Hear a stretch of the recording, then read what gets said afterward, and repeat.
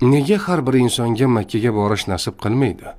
Nega minglab insonlar Ka'bani ko'rishni orzu qiladi, ammo unga faqat ba'zilargina yetadi? Bu tasodifmi? Yo'q. Bu Allohning tanlovidir.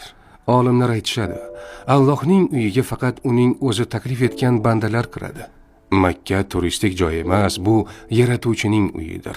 U yerga faqat ruxsat etilganlargina boradi. Qarang, qancha odam pul to'playdi, hujjatlar tayyorlaydi, ammo oxirgi paytda hammasi bekor bo'ladi. Ammo shundaylar ham borki, u safarni hatto rejalashtirmagan bo'lsa ham, Alloh unga bu imkoniyatni beradi. Nega shunday? Chunki Alloh qalblarini tanlaydi. Payg'ambarimiz sollallohu alayhi vasallam aytganlar: Umra qiluvchi ziyoratchi Allohning mehmonidir. U zot ularni chaqirdi va ular javob berdilar. Agar ular undan bir narsa so'rasalar, Alloh ularga beradi. Agar mag'firat so'rasalar, Alloh